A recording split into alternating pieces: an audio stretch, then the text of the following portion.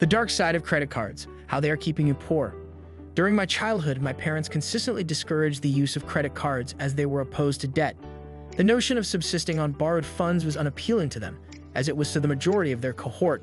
It was considered impolite to be indebted to an entity, whether it be the bank, moneylenders, or even family and friends through loans, credit lines, or debt. The following are some of the negative aspects of credit cards. If I spend $1,000 today with my credit card, I will not be responsible for paying it back until my statement is generated. Even then, I will only need to adhere to the due date on the statement, which typically provides an additional 20 days. If you neglect to make the complete payment for the items you have purchased by the due date, you will be subject to late fees and interest charges. Interest charges are calculated at approximately 26.8% per annum, and late fees typically commence at $100. These fees may be waived by the credit card company if you are a responsible account holder. If you fail to negotiate the waiver of these charges and allow the charges to accumulate, you may soon find yourself in the depths of debt. Temptation. The inclination to overspend and a dearth of discipline. Accessing wealth that exceeds one's actual possessions has its advantages and disadvantages. However, this may pose an issue for individuals who exhibit inadequate self-control. Credit card companies typically establish a credit limit for you that is equivalent to 2 to 4 times your monthly income or even more by your declared salary. Ignoring the actual amount of money in your bank account to spend can be a perilous endeavor.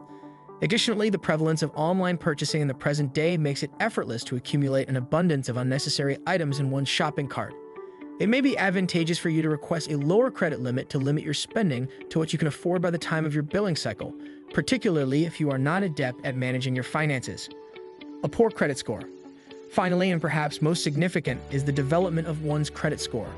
The more you pay your expenses in full and on time, the more reliable you appear, which in turn allows your credit score to rise.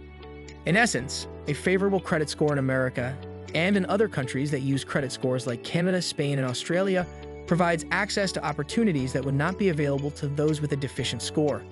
You are now able to secure a business loan or a higher percentage for your home loan with a good credit score, rather than the option of getting into a good school when you achieve excellent results. In final analysis, a credit card is merely a piece of metal or plastic that you determine how to use.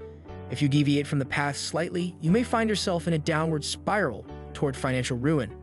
Exercise self-discipline, utilize it responsibly, and you will grow your credit score. Thanks for watching. If you enjoyed this video, don't forget to like, subscribe, and leave a comment below about your experiences with credit cards. See you in the next one.